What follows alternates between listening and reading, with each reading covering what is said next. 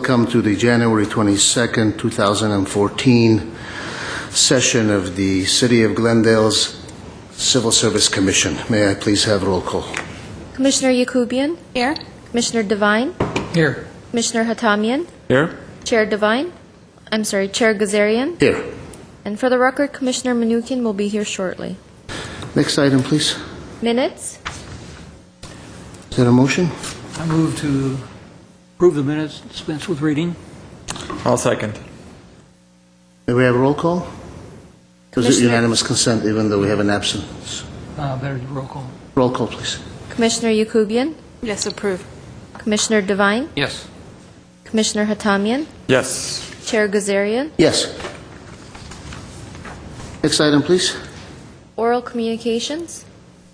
I see no cards before me. So next item, please. Eligible lists established? Mr. Doyle? Mr. Chair, members of the Commission, this item, eligible lists that have been established since our last Commission meeting. As you can see, there's a somewhat of a lengthy list. I'm sorry, did we skip item 4 for some reason? Oh, I'm sorry, yes, we did. We'll return back to item 4, recruitment and examination report. Thank you. Okay. Mr. Chair, members of the Commission, this is a note and file item, and it's merely a review of the recruitment activity amongst our staff. You can see the individual staff members' names listed along with the recruitments that they're working on at various stages. You can see the opening dates, the closing dates, and any examination processes that happen to be scheduled. It's a somewhat of a growing list. It's a little bigger than we have seen in the last few months, particularly amongst the certain departments, Public Works, Community Development, Police, and Water and Power. So it's an indication that things might be picking up a little bit. So with that, again, this is a note and file item, and if you have questions, I'd be happy to try and answer them for you. Any questions? No. Thank you, Mr. Doyle. Next item, please. Eligible lists established? Yeah. Mr. Doyle? Mr. Chair, members of the Commission, the eligible list established, this too is a note and file item, and it is really, as I've said before, the culmination of all of the recruitment processes that we conduct as an organization. The end result after the recruitment occurs and the examinations occur is the establishment of an eligibility list. You can see it's approximately 8 or 9 lists that have been established since our last meeting. 4 of those are affiliated with either police officer recruit. Some are open, some are promotional. You can see quite a large number, particularly on the police officer recruit area. But the far right column indicates all of the people that are able to successfully navigate through our recruitment process and make it onto the list. And those are the individuals who are then eligible for consideration for hire. Again, if you have questions about any of these particular recruitments, I'd be happy to try and answer them for you. Again, this is a note and file item. I see no questions. Thank you, Mr. Doyle. Next item, please. Bulletin for approval, Deputy City Clerk. Mr. Doyle? Mr. Chair, members of the Commission, this is a request for a bulletin for approval on an open recruitment process for the position of Deputy City Clerk. The end of last year, we experienced a vacancy in this position. The individual held the position of Assistant City Clerk. Is essentially the number 2 person in the office, working directly under the City Clerk, which is an elected position. This is a very, very key position, handling a lot of the administrative oversight over the office, supervision, budget, helping with the elections. And upon looking at this vacancy, the City Clerk is making the recommendation to fill it at the Deputy City Clerk level, which is one level below the Assistant City Clerk. Probably a good idea to do that because it provides whoever gets this job the opportunity for some future growth potential to the next level. But this is a very key position. There was a lot of discussion as to whether to make it a promotional position and allow internal candidates the exclusive right to apply for it, or to make it an open process. And Mr. Kasakian has been very, very open about considering both internal and external candidates. But I think in the long run, the decision was made to see how all candidates, both internal and external, compare on an even basis. And we are therefore recommending that this be an open recruitment. Upon the Commission's approval of this bulletin, we therefore will plan to open this as a open examination process, and we'll see what occurs from that point. But with that, if you have any questions, I'd be happy to try and answer them. And Mr. Kasakian is here in case you have questions for him. Thank you, Mr. Chair. Commissioner Devine has a question. Okay, yeah, a couple of them. First of all, I wondered what the final rationale was in deciding to go with a open instead of promotional.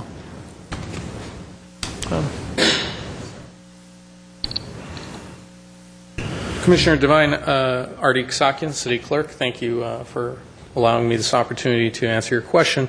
The rationale is essentially that we wanted to cast as wide a net as possible. There are a number of individuals right now in various cities who perform these similar functions in cities similar in size and cities that may not be, but the functions are similar. So in order to not limit ourselves, we want to see what other talent is out there, so to speak. Okay, so when you say open, it's not just open within the city of Glendale, but you're actually going to go outside the city to other jurisdictions? It is an open recruitment. Anyone will be able to apply, both internal and external candidates. Okay, my second question deals with a concern I have regarding education and training, and specifically where you require the bachelor degree in public administration or business administration or related field. And I was wondering why that is required in this particular case, and three concerns I have about that. First, it makes it difficult or impossible for a well-trained, well-experienced person without the bachelor's degree to really fairly compete for the exam. I know there's a note on here that says an equivalent combination of experience and education or training may be substituted, which gives the appointing authority the ability to massage those requirements a little bit.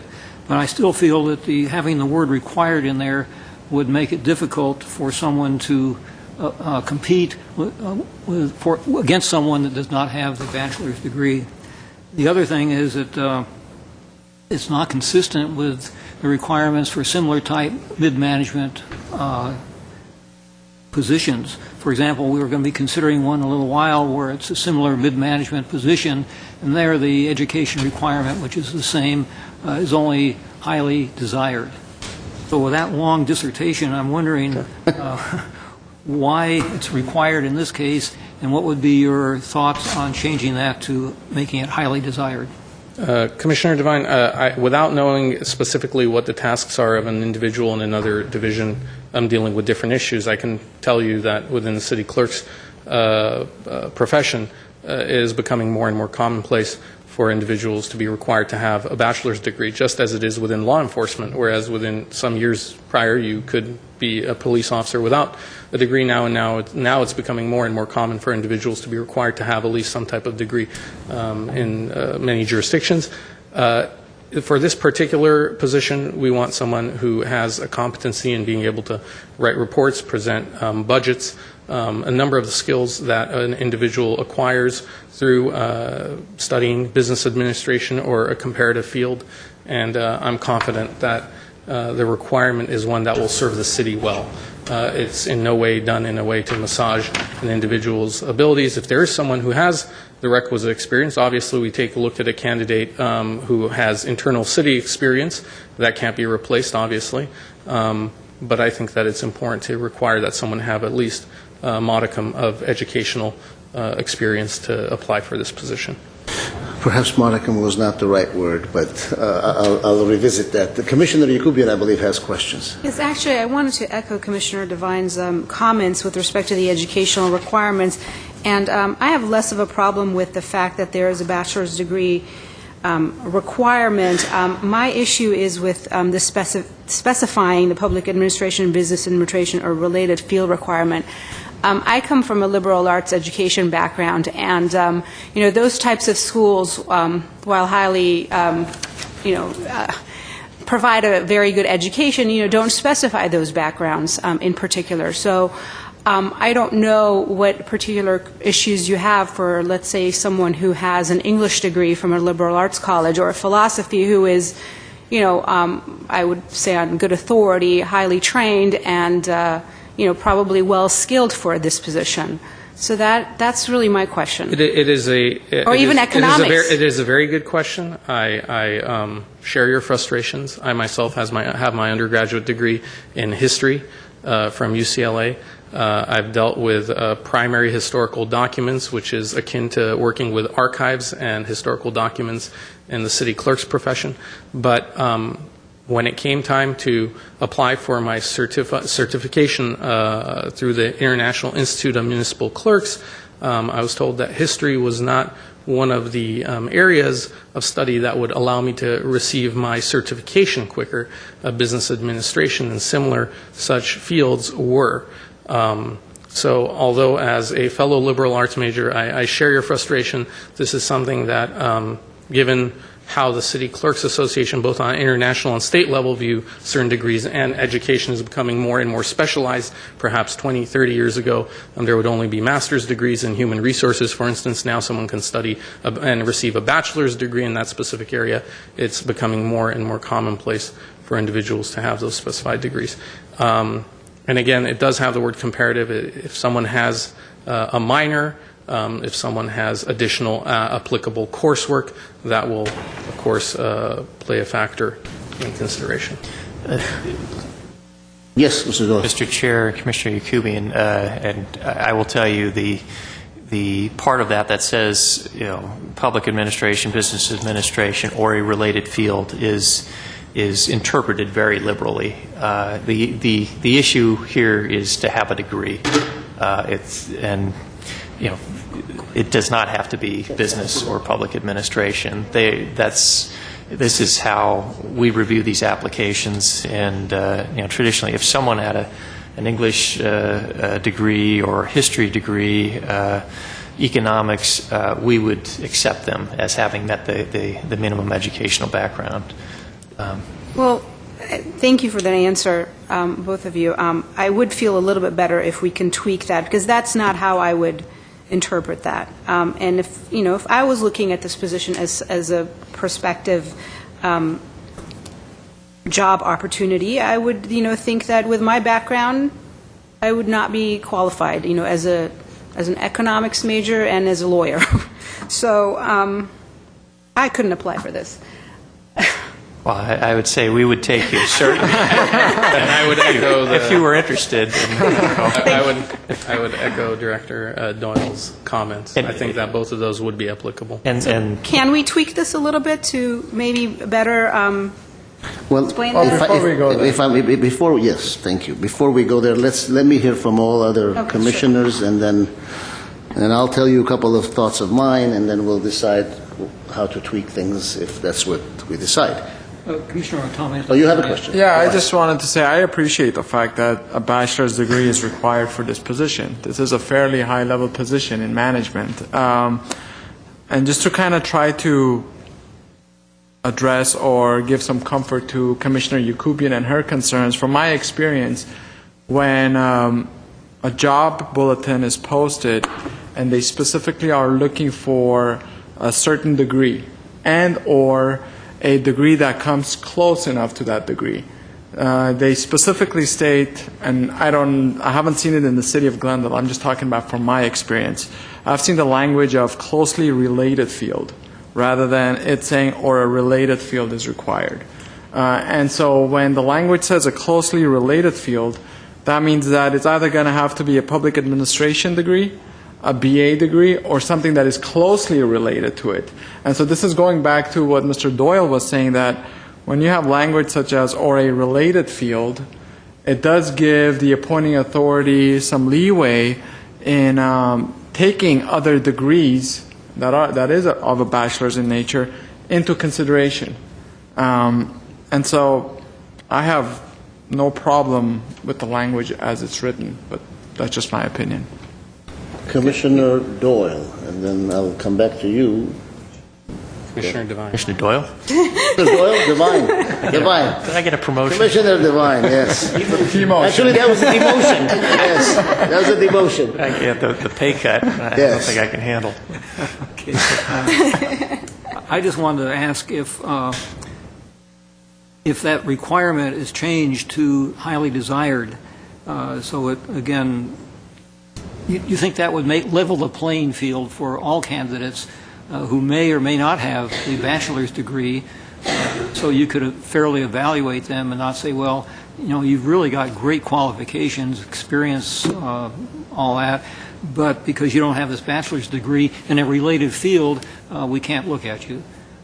Do you think it would be fairer to all candidates, those who have put in years and years getting this experience, have the ability to handle the job, and yet they're excluded because of required instead of highly desired? And again, highly desired would still give you the option of determining whether you want the bachelor's degree or not. I can tell you that this is something that I put a lot of thought into, as well as conferred with individuals in the human resources, city management. The trend that I see is that more and more individuals who are entering this field do have a bachelor's, and we'd like to have that standard specifically for the high-level analytical and report presentation work that we'd like to have this individual do. That is my personal opinion. I would like to see nothing but the best for the city of Glendale. That's not to say that someone who doesn't necessarily have a diploma isn't qualified, but I think that we do need to raise the bar so people can rise to meet that bar. So that is my reasoning and rationale for requesting that. I have some comments, but before I do you have another follow-up question? I do. Go ahead. I actually wanted to address something that Commissioner Atamian said, that, I appreciate the fact that you've seen a lot of these types of postings and that you're familiar with the language, and I think that actually highlights the concern that I have. If this is an open recruitment, there's going to be individuals who don't have that familiarity. Therefore, when they see this, they're automatically, probably some percentage is automatically assuming that they do not qualify. They would read it as I would, as someone who's not very familiar with it. So, while I appreciate you trying to give me some assurances, that actually raises my concern another degree. And again, I have no problem with the requirement of a Bachelor of Arts. My issue is with the specification of those particular, fields. Thank you. May I? Sure. How are you? Well, thank you. Very good. I look at this proposed application language, and I have to ask the following question first. In your office, you are the city clerk. The second, your right-hand person is then this position or another position? It will be this position. It will be this position. And am I correct in then saying that when under essential functions of the job, what are listed but are not limited to, one thing that caught my attention is acts as city clerk in his or her, in your case, your absence, including attendance at council meetings, and also acts as secretary to the Glendale Housing Authority in the absence of the city clerk, which is you. First, are you currently acting as the secretary to the Glendale Housing Authority? I am. So that in your absence, is it fair to conclude that the person occupying this proposed new position would be essentially you, doing all of the duties and responsibilities when and if you are absent, if called upon to act on those duties and responsibilities? That is correct. What is your education level? I have a bachelor's degree, and I'm currently working on my master's degree in public administration and policy. Thank you. Now, with regards to the experience, 3 years experience in a municipal city clerk's office, or closely related setting involving extensive public contact.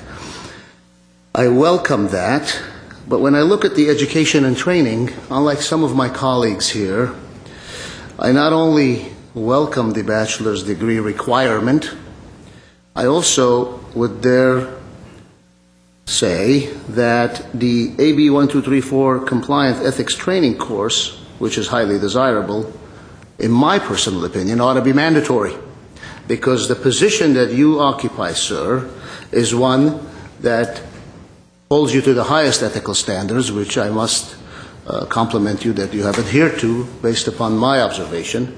And I would think that such a training course could only raise the bar, as you put it, and cause qualified individuals to rise to meet that standard which the bar would have raised the requirements to.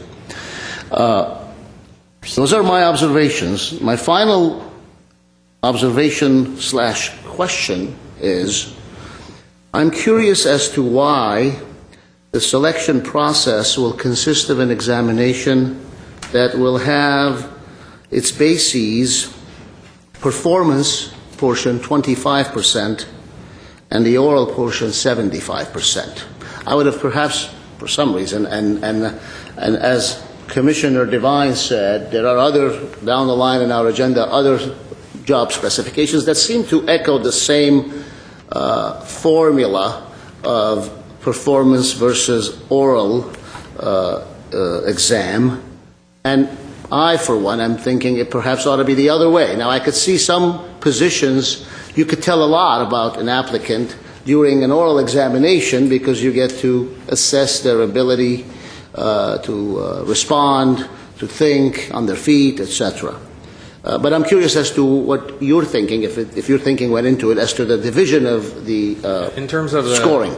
In terms of going back just briefly to your original point, I want to say that thank you for recognizing that the need for the degree, but as was mentioned, there's also the experience as well that can be taken into consideration. But on this particular point, I do want to say that it was, as you stated, a formula. It is, if Director Doyle could possibly also comment on it, I understand this is something that is used in other positions. And I think that although someone may be able to do well on, say, an exam, a written exam, some of us have a knack for that, others perhaps not so much. I think that having an oral panel of city clerks from other cities, having individuals internally from the city who understand what a city clerk does within this city, interviewing someone can glean more from a face-to-face interview, as you mentioned. As far as the breakdown, whether it's 25-75, whether it's 60-40, that is above my pay grade, since I am not a human resources specialist.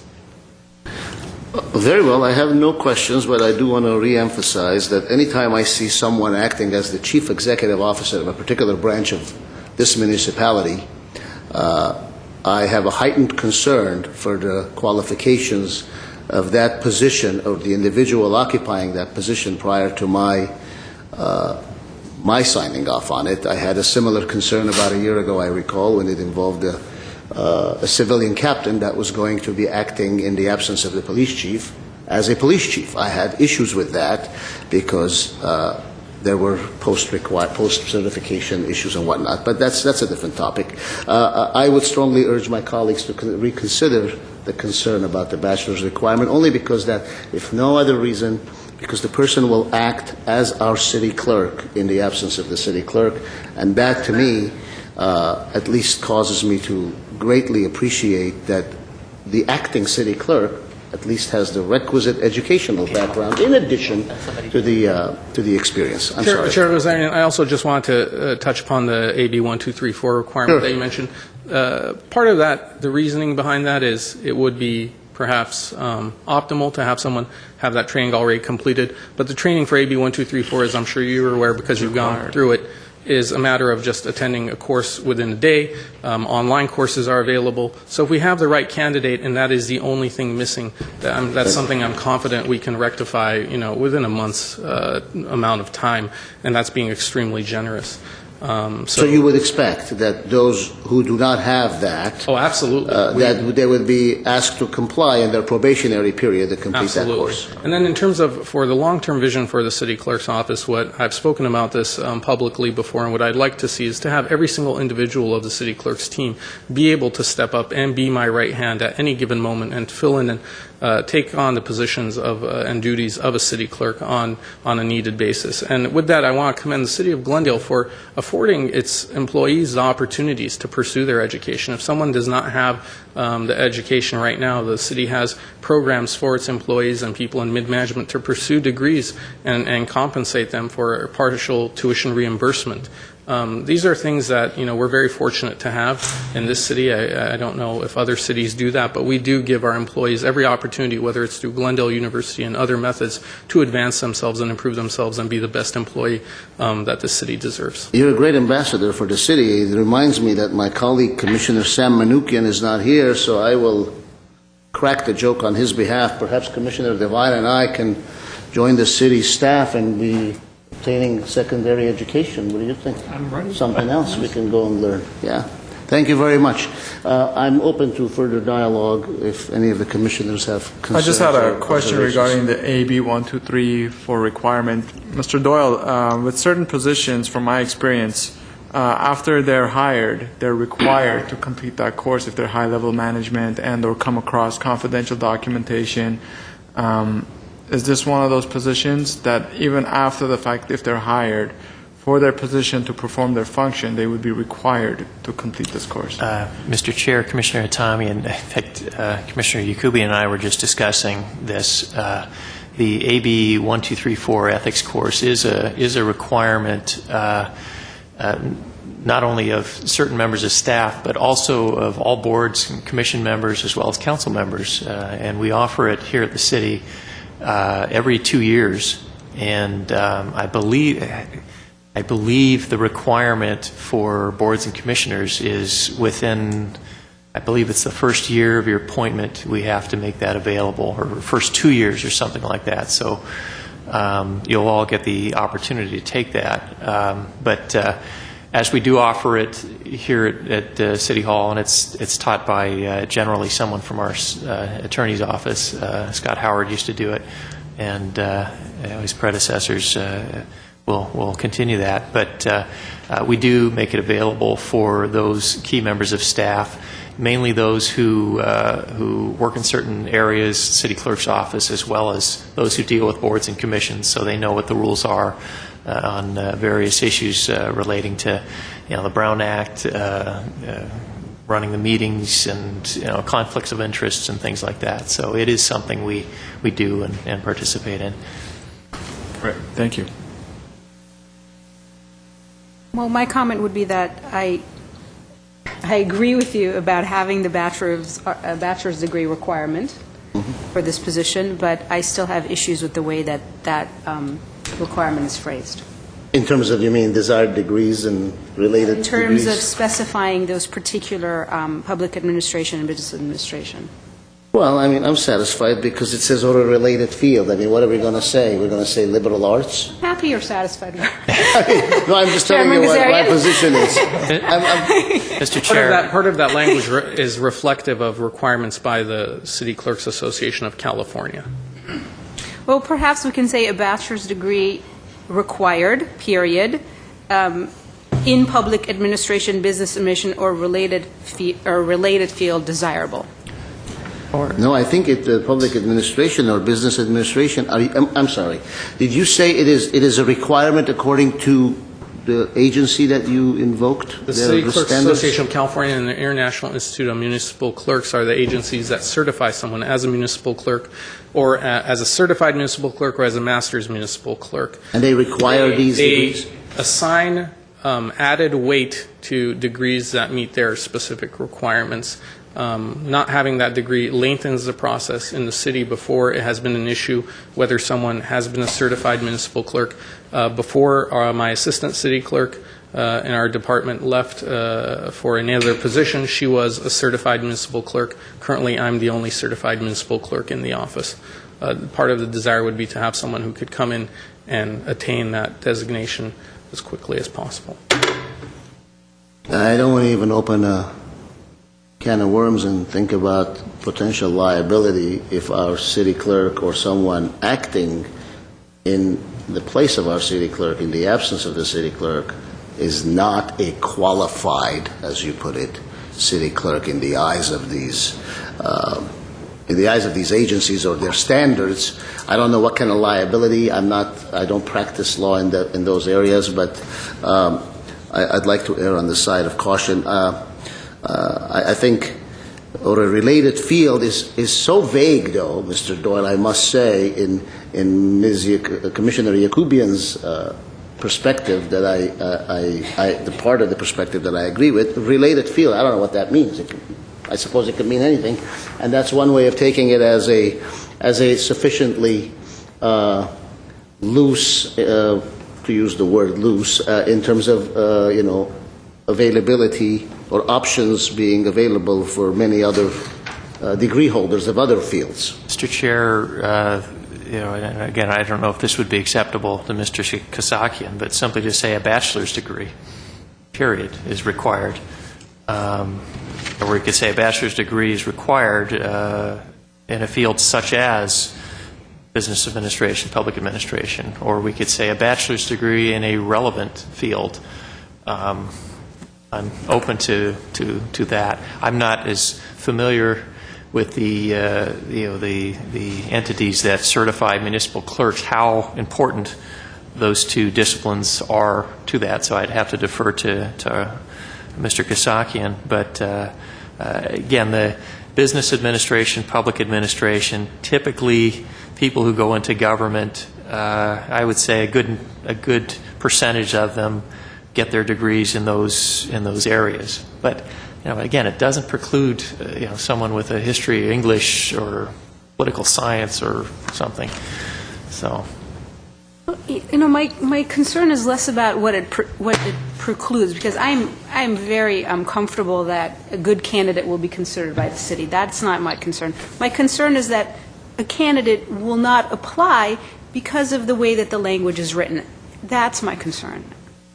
If a candidate doesn't apply because of the language it's written, then I'm going to be concerned about that candidate. Because if a candidate is eager, well, I mean, if it says on a related field, and if a person believes that their field is sufficiently related for this position of an What if it's a assistant chemistry city clerk, major? What if it's a chemistry major? They can simply inquire. They can contact Human Resources, and I'm sure Mr. Doyle would be very happy to make the determination whether or not it is closely related. If you're dealing with a closely related field or a related field, again, a related field has a wider scope of certain degrees that can be considered by the city versus a closely related field. So it does, in essence, open up the spectrum a little bit wider into considering other degrees in comparison to a public administration or a BA. Business administration degree. But if you have a graphics degree and you're wondering whether or not it's closely related because you took some English classes while you were getting your bachelor's degree in graphics, then you can inquire. Yeah, I can tell you this, commissioners and chair, that at the risk of starting to feel like Governor Christie at his 2-hour press conference, I am willing to concede the ground on the specificity of it, for whatever reason, confident that individuals who will be applying for this will be mostly people with relevant degrees. I have a concern about that, but I'm going to yield to Commissioner Manukian, who joined us. Commissioner Manukian? First of all, did you say there's an association for clerks? We're a wild bunch. And what You'd was be the name? surprised. Can you repeat that? The International Institute of Municipal Clerks and the City Clerks Association of California. It's kind of a big deal, Commissioner. Well, I'm sure. Now, the item brought up by fellow Commissioner Yakupian is something that also has come up, I think, in other postings, where I just want to make sure I understand what your concern is, that because the way it's written as far as related field, is your concern that somebody might not apply because it says, I just want to make sure I understand what the concern is. Just to bring you up to speed, my concern was that it was just very specific in saying public administration, business administration, and related fields. So our comment was that, already has a history background, that person may not apply, or, a chemistry background, let's say, is not a related field, admittedly. So what if someone with a BA in chemistry wants to apply?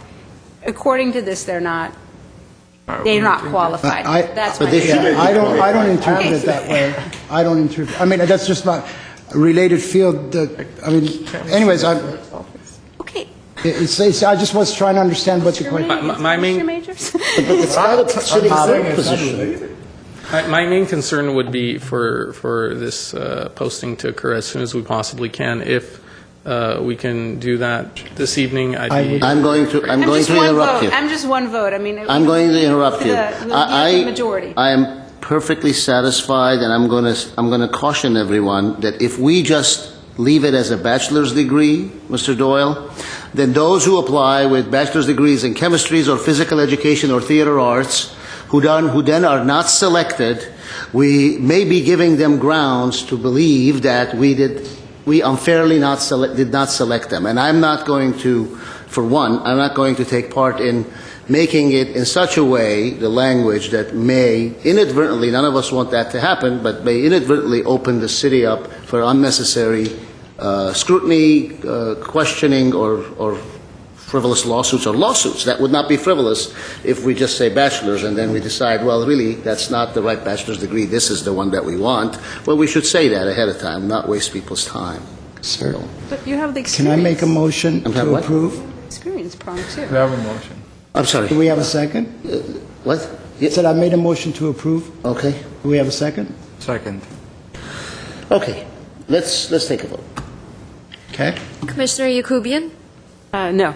Commissioner Devine? Based on the astute observations of our chair, I'm going to change my position and vote yes. Thank you. Commissioner Hatamian? Yes. Commissioner Manukian? Yes. Chair Gazarian? Yes.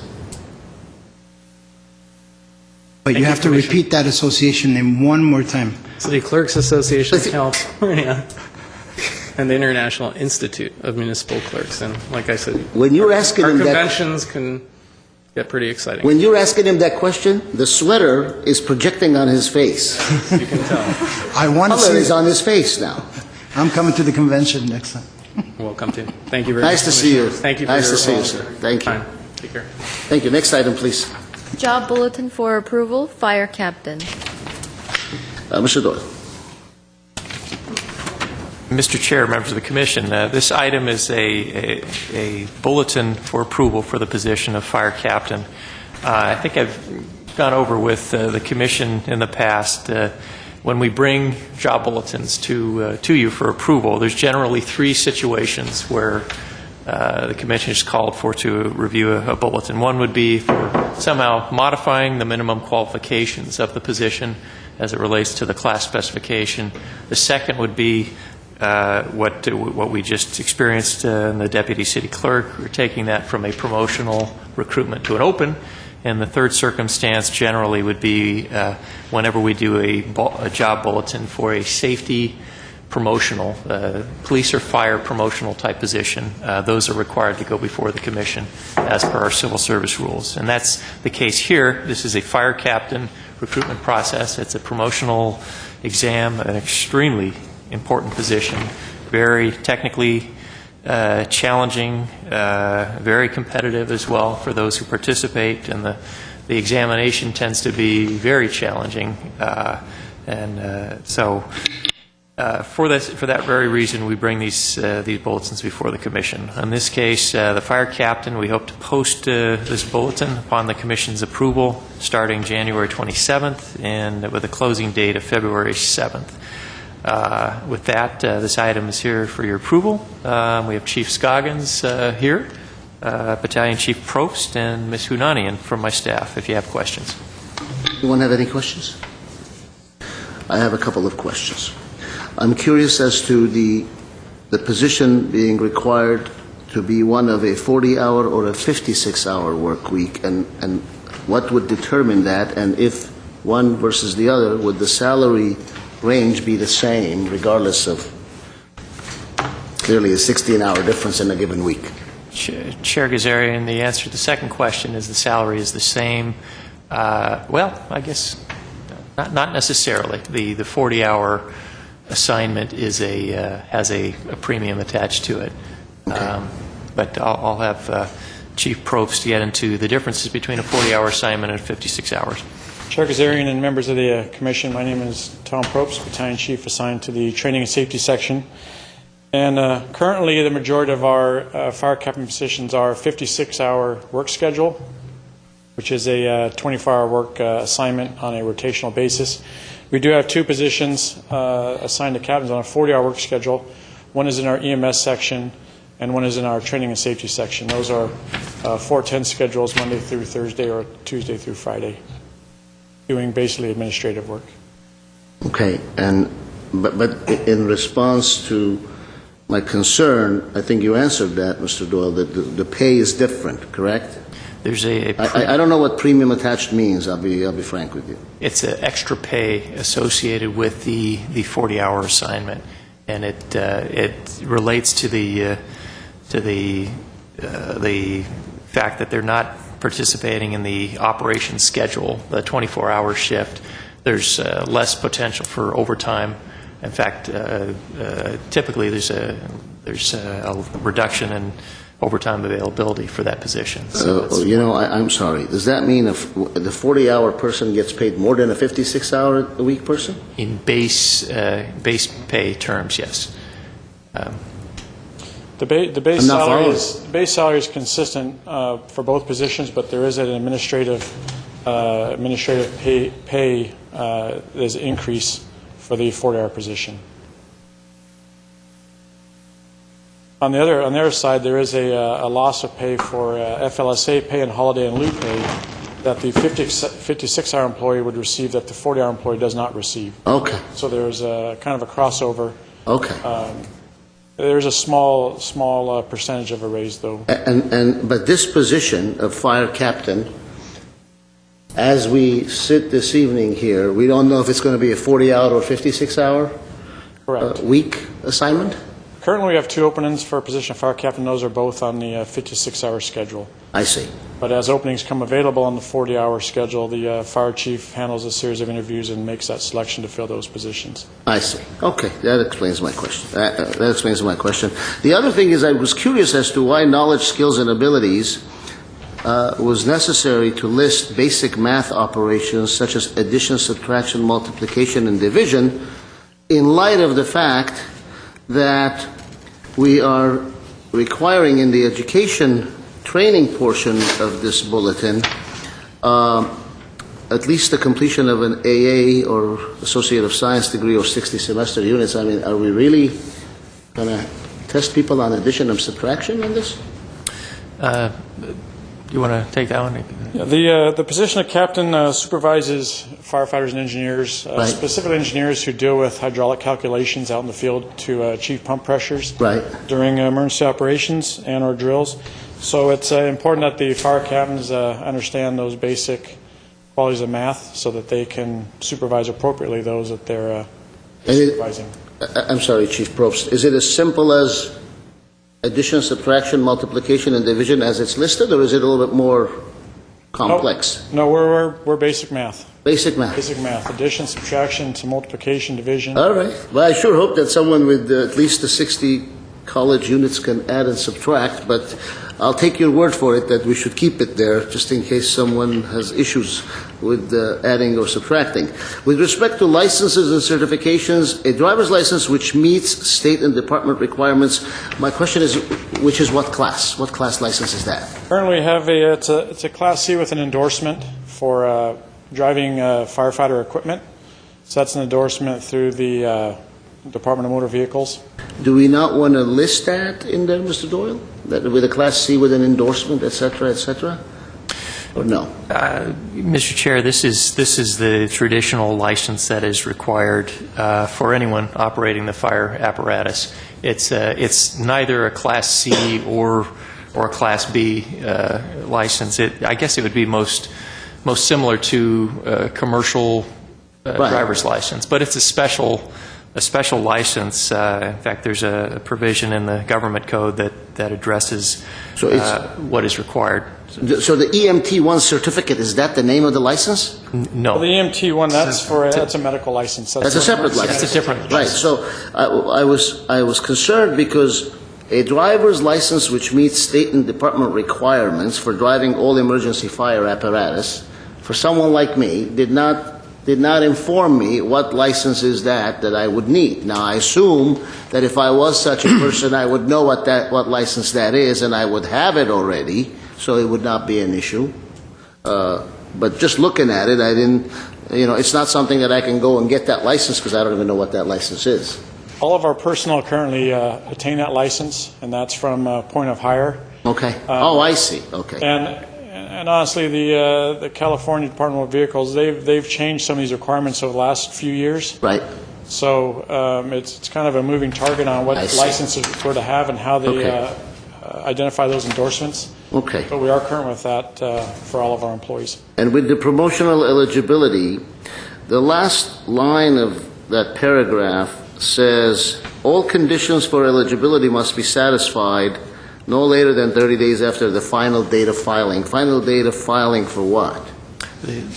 Chair Gazarian, it's the final date of filing for the exam. That would be the closing date, February 7th, 2014. Okay. So if someone is shy, 1 unit or maybe, they're a few weeks short of the experience requirement, they have 30 days beyond that to have met all those qualifications. And that's actually written within the civil service rules and regulations. Okay. And I suppose the selection process assigning a 30% for the oral exam leads me to conclude that we don't expect our firefighters to talk much. Is that why it's 30% versus 75% for the others? I don't know. But the oral performance exam still appears to be 75%. I just did not understand what that means.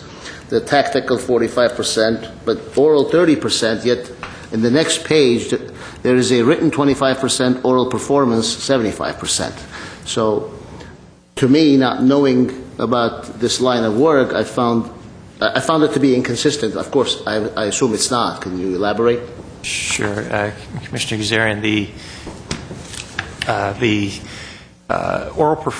the overall exam, 25% written, and the oral performance, 75%. Broken down within that oral/performance are the tactical, oral, and supervisory. And tactical, it's a good observation. Why is the oral so low when typically that's right? And most of our exam processes, the oral interview phase is kind of the key selection criteria. For a job like this, the bottom line is they have to meet all the tactical requirements, right. and this is tough stuff. I mean, they're actually given a scenario in most cases when we're conducting this exam of some type of an emergency, actually multiple types of emergencies, where they pull up on the scene and they actually have to decide, we're going to send in resources here or there.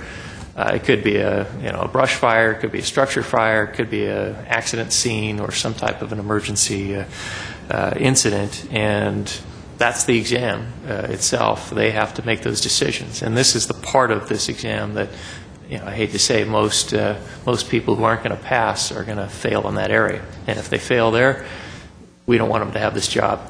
And the overall test, the written portion being 25%, the oral/performance portion being 75%, that 75% taken as a whole, as 100% in and of itself, is then divided into tactical 45, oral 30, supervisory 25. Correct? That's correct. Okay.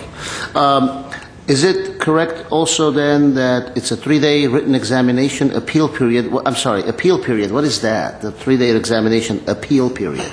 Is that an appeal from results that one receives? Mr. Chair, this is what the civil service process is all about. The candidate who feels aggrieved by any portion of this exam process, right. they feel there are questions that are unfair, or there are components of the exam process that are not job related or irrelevant, they have the ability to contact my staff following the administration of that exam and file an appeal. And they can, if they are convincing enough and they bring forth a good enough argument that that portion of the exam is either unfair, not job related, management we would consider removing that part of the exam or modifying it somehow.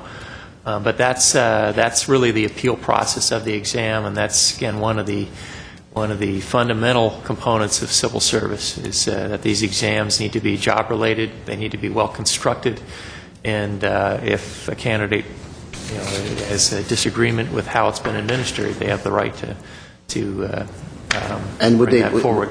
Would the first day be the February 28th? Am I understanding this correctly? So is the 3-day written examination appeal period will be held beginning on Friday, February 28th.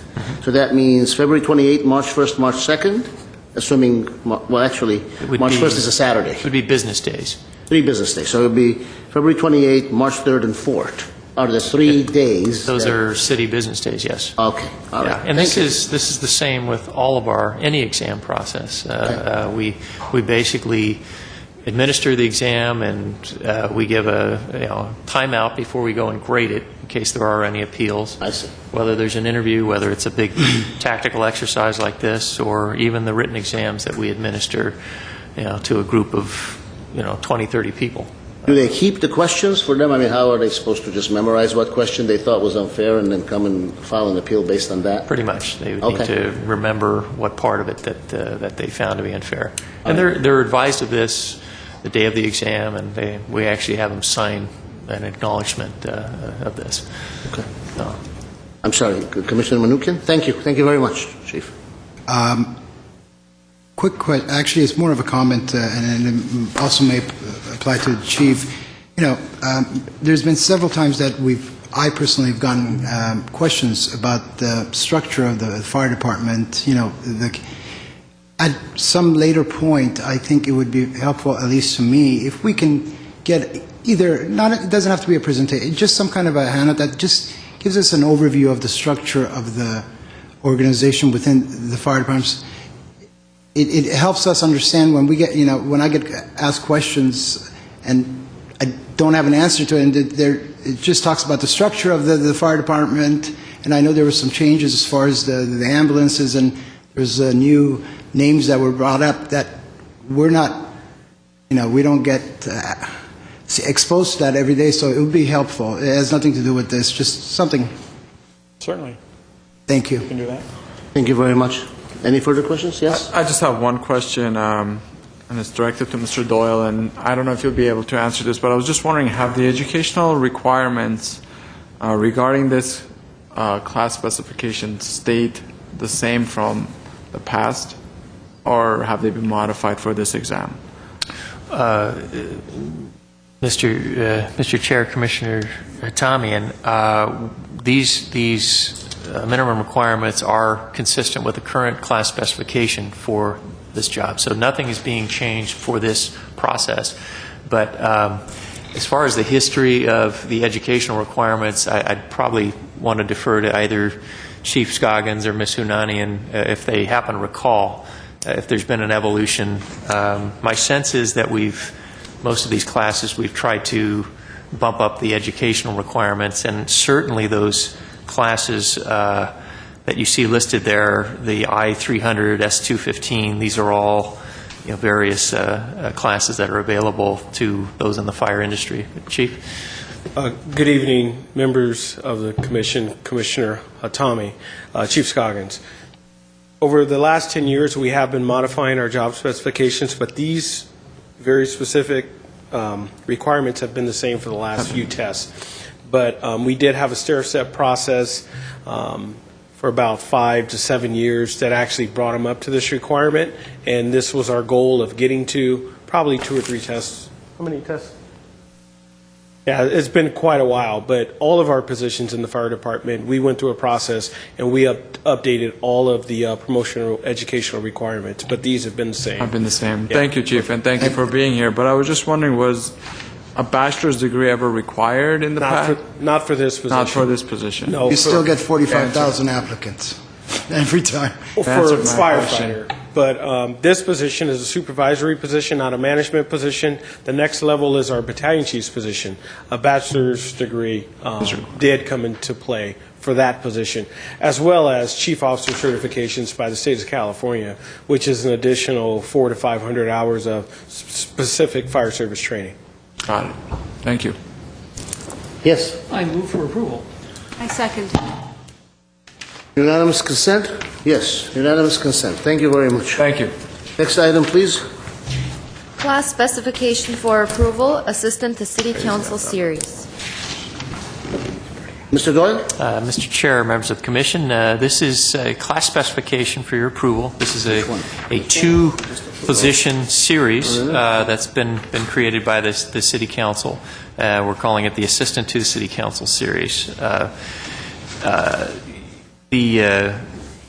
In the past year or so, there's been a pretty sizable reorganization within our city manager's office.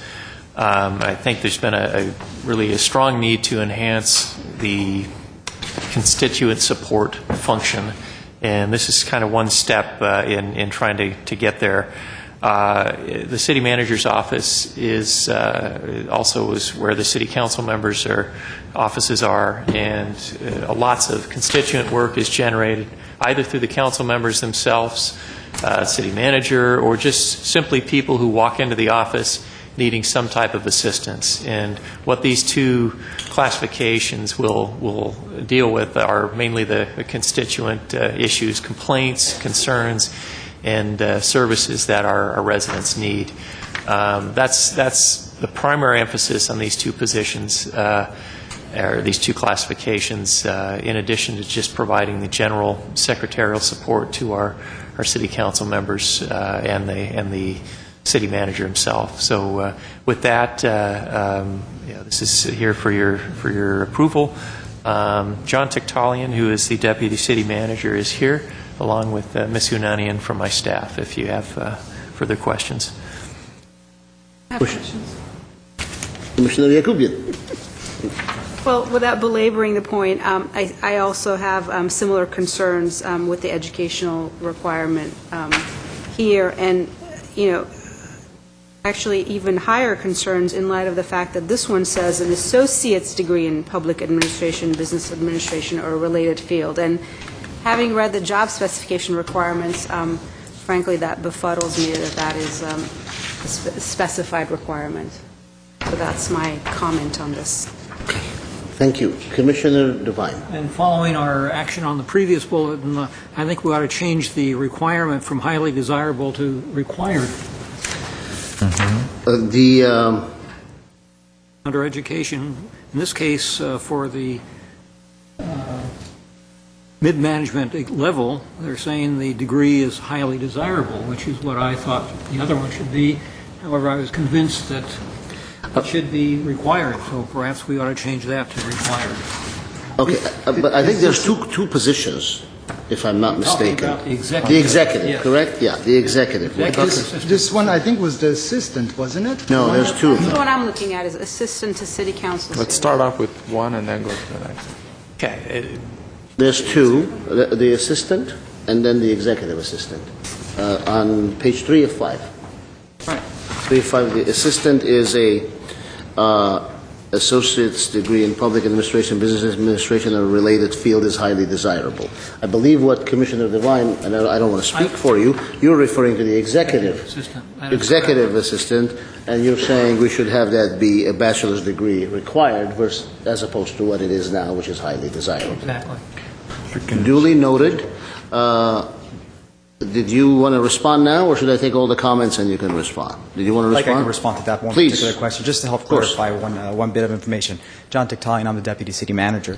This position is a position that will actually report through the City Manager's office, through the City Manager directly to the City Council. They don't work directly for the City Council. The difference between the two positions, the first being the Assistant to City Council and the other one being the Executive Assistant to City Council, is the Assistant to the City Council has in its requirements that an AA is desirable. The executive assistant to City Council has an AA being required, Right. but a bachelor's being desirable.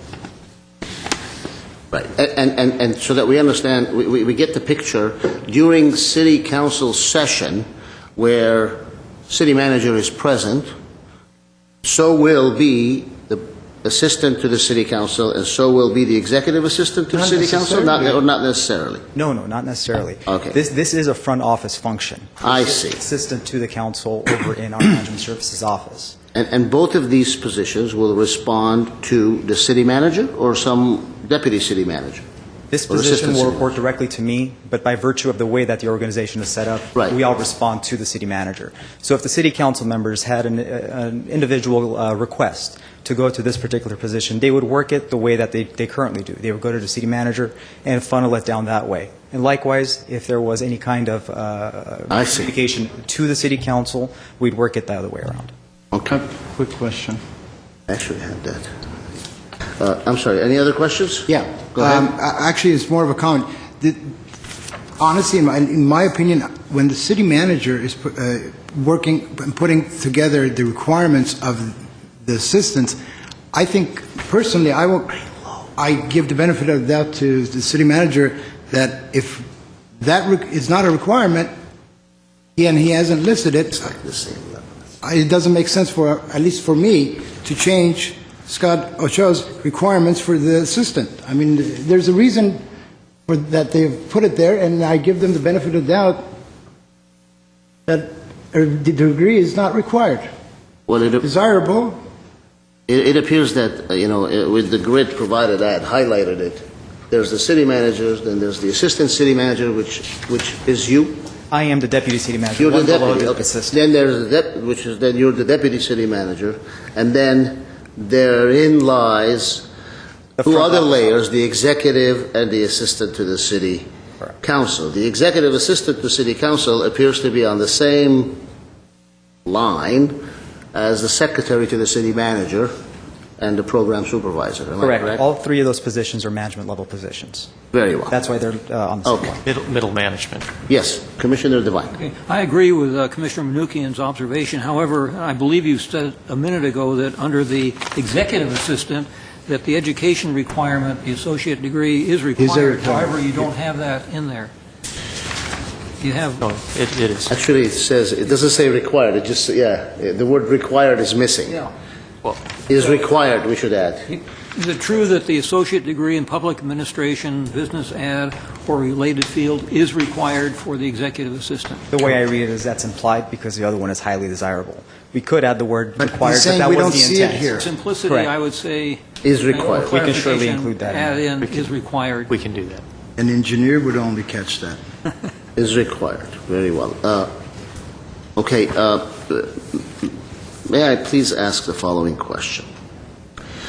In the new class, the subject new class specification for approval, assistant to city council series, under the background, in the background section, there's the last paragraph says the class specification was sent to the Glendale City Employees Association and the Glendale Management Association in order to provide them with an opportunity to review the class specification and express any concerns they may have. And did they?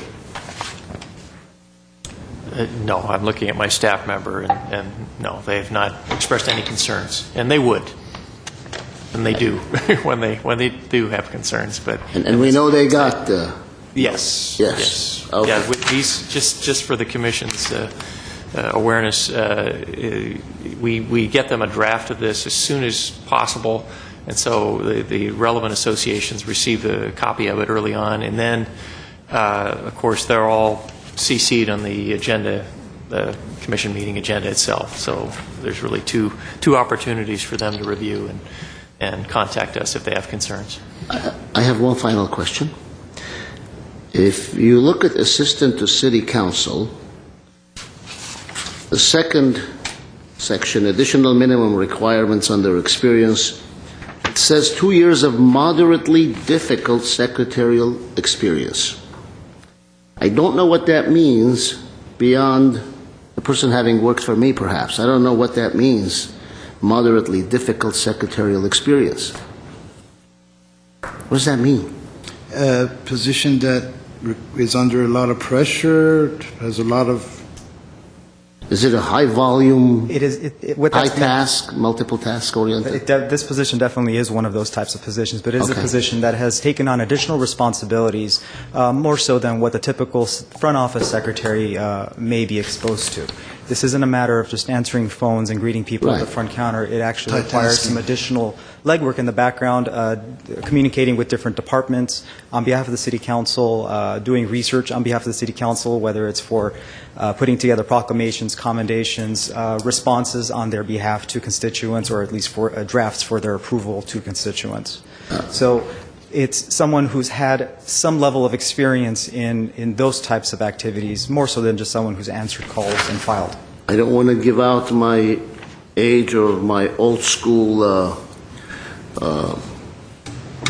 school thoughts, but I would have thought that if we're going to say moderately difficult secretarial experience, we would have further clarified it by ability to type 100 words a minute or do this or do that. I mean, just describe a few things as opposed to, I don't know. Mr. Chair, those items are addressed. They are? On the second page, ability to, there's a whole laundry list of those types of traditional secretarial functions, including 45 words per minute? Wow, that's not moderately difficult secretarial position.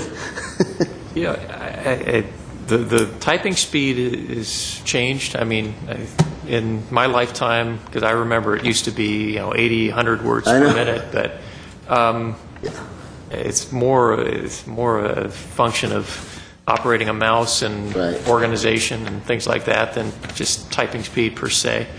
Right. I mean, With that, any questions? or- One last comment regarding the executive assistant position. Just the title itself, assisting an executive.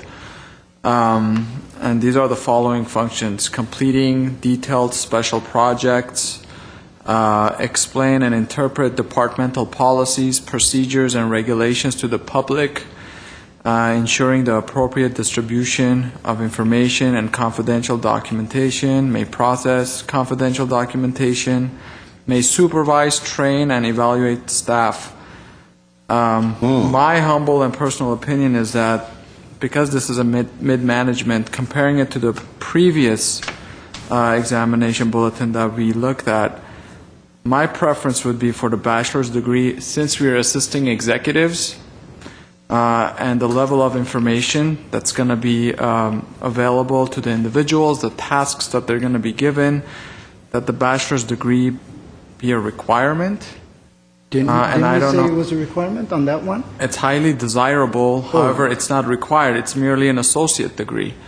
And so, just from the title itself, executive assistant, and also description of what they're going to be required to do, and I know that's going to limit your pool a little bit, but that doesn't necessarily mean it's a bad thing. And I don't know how the commission feels about it. I personally... Chair?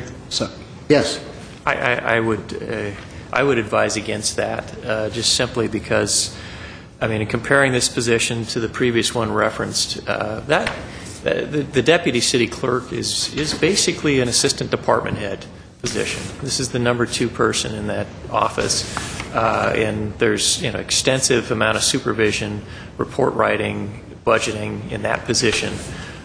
This position is certainly complex, it's important, but it is secretarial in nature. By and large, Maybe it's the title that's throwing me off. We're trying to, obviously, It's like an executive secretary almost. well, it is. Yeah. It is. It's That's an what- executive yeah. secretary. And typically, you won't find a lot of bachelor's degrees amongst individuals in that profession. And now we certainly do push people in that direction. We have, tuition reimbursement programs and all kinds of things where we encourage people to get college degrees. But my fear would be that it would limit our pool, particularly in this area. Thank you, Mr. Doyle, and that does clarify a lot for me. And if it is a executive secretarial position, and I guess the title as an executive assistant kind of threw me off, but that's near here or there. There are a lot of good people out there who didn't go to college. Agreed. Commissioner Myself Devine, being one. before you make the motion, if you are, I want to know how much does this job pay? It's not in there. Yeah. Isn't it supposed to be stated in there? Mr. Chair, what you're getting is a job description, the class specification. Oh. It's not the bulletin. The bulletin, we're obligated to put the salary out there. Okay. Can we put John out of his misery and approve it? Move to approve? Loving it. Keep going. This is fun. No. I thought he was the assistant city manager. And I got a promotion while I was Right. here. This is even There you better. go. Now you're going to have staff too. You have a motion and a second. All those in favor? Unanimous consent? No, actually, No? No. Let's take a vote. Commissioner Yakubian, no. Commissioner Devine, Yes. Commissioner Hatamian, Yes. Commissioner Manukian, Yes. Chair Gazarian. Yes. Thank you. Next item, please. Advertising expenditure report, October 2013 through December 2013. Mr. Doyle. Mr. Chair, members of the Commission, this is your quarterly advertising report. Again, this is the report where we advise you on how we're spending our advertising budget for recruitment. This was requested by the Commission several years ago, and we provide it each quarter. This period of time represents the second quarter of the 13-14 fiscal year. It's the period of time from October 1st, 2013 to December 31st, 2013. In this period of time, we spent approximately $3,400, which is basically on par for similar to what was spent in the first quarter. And given that our entire budget of advertising is just shy of $14,000, it indicates that we're spending at an appropriate clip. And the report also gives specific details on where we're spending this money and the outreach efforts that we're making to those publications, websites that address the ethnic communities. We have the second grouping is the technical specialized journals, which deal with specific trades or types of fields, and then the third is the publications that we would utilize just for our general advertising, such as the LA Times and the News Press and those publications. So if you have questions, I'd be happy to try and answer for you, but this is a note and file item. It's for your information only. Seeing no questions, thank you. Next item, please. Reports, past due employee performance evaluations. Mr. Doyle. Mr. Chair, members of the Commission, this one-page report does indicate the late performance evaluations. Looks like we have 5 departments that have no past due evaluations and several that have both first and second notices. But given the time of the year and a lot of people have been out sick and on vacations and such, it's not a bad report, but there's always room for improvement here. Again, this is a note and file. I have a comment. Any comments? No? Mr. Doyle, I want to commend the City Manager's Office, the City Treasurer's Office, the Glendale Water and Power, the Police Department, and the Public Works Department for having what appears to be absolutely no notices. From what I glean, no first, no second, no third notices. As far as first notices, we can shelve that, but when it comes to second notices, yes, we have had holidays, but the one piece that is attached to our packet shows me that the second notices are evaluations with effective dates in October of 2013. And that's that's 3 months ago, and when I look at least a second notice that is, 2 second notices that are 113 days old, and that's in one department, and then yet another department, and then yet another department, and another department. In total, there's 14 of them. Not all of them are 113 days old. I would kindly ask you to inquire of these departments so that they don't get into third notices. 113 days is almost 4 months. I wouldn't want to be the one that's waiting to get an evaluation that is 4 months overdue, not knowing if I'm doing well or am I going to be perhaps put on probation, etc. That's all I have. Thank you very much. Next item, is there any other items left? Civil Service Commission, staff comments? Any comments? Mr. Yes, Chair, Mr. Goss. just briefly, I do want to report to the Commission that the item involving the amendment of our civil service rules relative to similar qualification transfers and lower qualification transfers was brought before the City Council last night and was passed unanimously by the Council. Therefore, this amendment will be made and we'll be updating our rules to reflect that change. So. Thank you. And seeing no and hearing no comments or requests for comments from the Commission, next item, please. Closed session for a public employee discipline. I think this is the time that we will report. We will go into closed session. We will report out, but not on television, so this will end our televised portion of the proceedings of the Glendale's Civil Service Commission for January 22nd, 2014. Thank you very much.